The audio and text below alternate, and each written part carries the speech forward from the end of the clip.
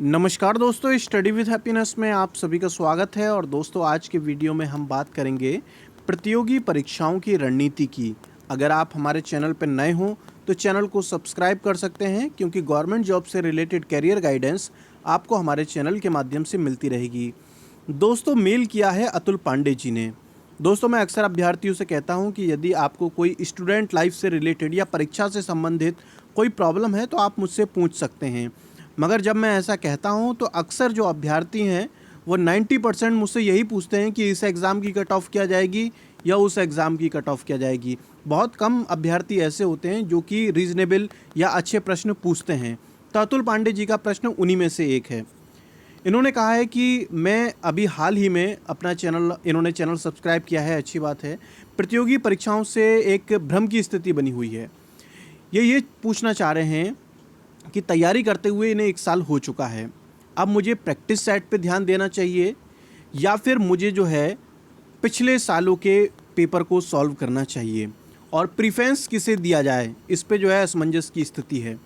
दोस्तों, पहले तो ये भी होता था कि कई परीक्षाएं जैसे कि एसएससी वगैरह इस तरीके की होने लगी थी कि उसमें 70% पेपर रिपीट होने लगा था। मैथ के सवाल भी दोस्तों एज इट इज़ रिपीट हो जाते थे। लोगों को मैथ सॉल्व नहीं करना पड़ता था, उसका आंसर रट लेते थे। कई लोग जीके की तरह मैथ को भी रटने लगे थे, ठीक है। मगर अब फ़िलहाल वो ट्रेंड चेंज हो गया है। अब देखिए दोस्तों, करना क्या है। सबसे पहले जो भी आप परीक्षा की तैयारी कर रहे हैं, और ये सभी के लिए एप्लीकेबल है, चाहे आप एसआई की कर रहे हों, लेखपाल की तैयारी कर रहे हों, आरओ की कर रहे हों, या जो भी एग्ज़ाम है, सबसे पहले आपको क्या करना है।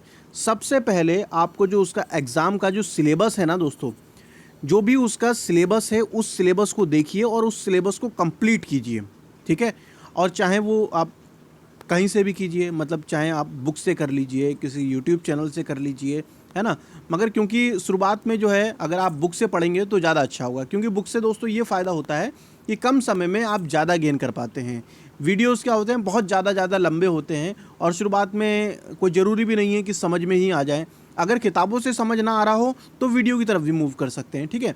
तो शुरुआत में कोशिश कीजिए कि किताबों से आप अगर पढ़ सकते हैं तो जब आपने सिलेबस कर लिया कंप्लीट, मान लीजिए इसमें आपको 5 महीने लगे, 6 महीने लगे या 1 साल लगा, आपने सिलेबस अपने हिसाब से पूरा कंप्लीट कर लिया है।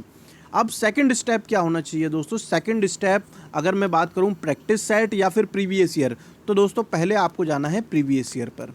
अब कई परीक्षाएं ऐसी होती हैं जो बार बार एग्ज़ाम होते ही नहीं हैं। अब जैसे कि खंड शिक्षा अधिकारी की है, उसके प्रीवियस ईयर के पेपर कहाँ से लाओगे और कितने लेके आओगे, ये भी एक दिक्कत है। तो ऐसे में दोस्तों हम ये कर सकते हैं कि उस जैसी जो परीक्षाएं हैं जो कि आयोजित होती रहती हैं, तो उनके प्रीवियस ईयर के पेपर लगाएं। अब जैसे कि मान लीजिए कोई अभ्यर्थी ऐसा है जो कि आरओ की तैयारी कर रहा है, जैसे कि मान लीजिए अभी 2016 वाली जो परीक्षा है आरओ की, वो होनी है। अब आपने आरओ के जो आपको मिले पेपर प्रीवियस ईयर के, वो तो आपने लगा लिए। अब मान लीजिए 10 सेट आपको मिल गए, अब क्या करें। तो जिन एग्ज़ाम का पैटर्न सेम है आरओ की तरह, उनके पेपर लगाइए। जैसे कि दोस्तों यूपी पीएससी प्री का जो एग्ज़ाम होता है और आप आरओ का देखें तो जीएस का पेपर जो है लगभग सेम है, ठीक है।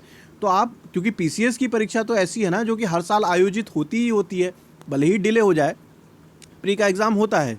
तो ऐसे में क्या करना है, उसके लगाइए आप 10 साल के, 15 साल के, जितने भी मिल सकते हैं वो।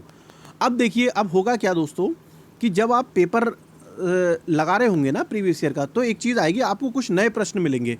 आपने भले ही सिलेबस कंप्लीट कर लिया है, मगर जब आप प्रीवियस ईयर के पेपर लगा रहे होंगे तब आपको पता चलेगा कि मैंने ये पोर्शन छोड़ दिया है, ये मैं नहीं कर पाया हूँ। तो फिर से आपको, जो आपने सिलेबस से पढ़ाई की है, थोड़ा और डेप्थ में जाइए उस कॉन्सेप्ट के। मान लीजिए कोई जलधारा से रिलेटेड क्वेश्चन था, गर्म धारा या ठंडी धारा, या अल नीनो, ला नीनो, मानसून से रिलेटेड कोई ऐसा क्वेश्चन आ गया जो आपने पढ़ा ही नहीं था, तो वो जो कॉन्सेप्ट है पर्टिकुलर जिसमें आपको नया क्वेश्चन मिला है, उस पर फिर से आप रिसर्च कीजिए। उसके लिए आप वीडियो सर्च मारिए कोई अच्छा सा, यूट्यूब पे तो आपको हज़ारों लाखों वीडियो मिल जाएंगे।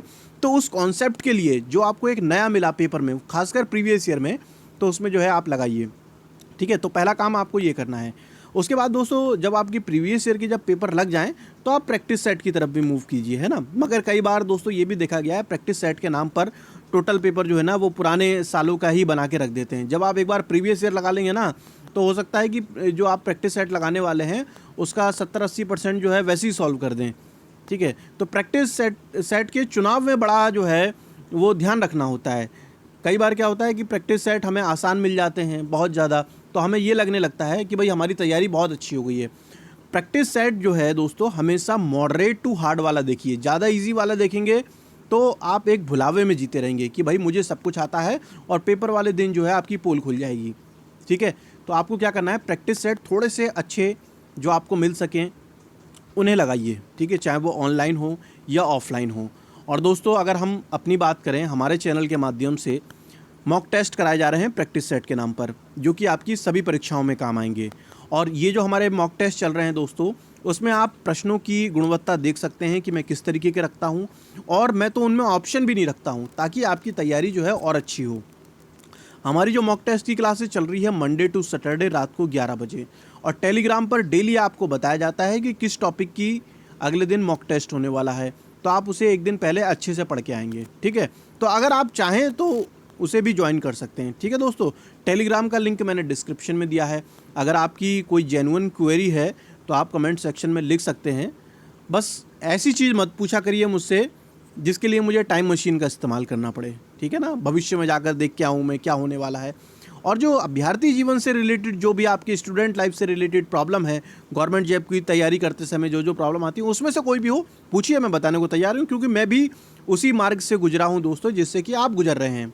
ठीक है, तो जल्द मिलेंगे दोस्तों हम नेक्स्ट वीडियो में। अपना ध्यान रखिए, पढ़ाई करते रहें। धन्यवाद। जय हिंद, जय भारत।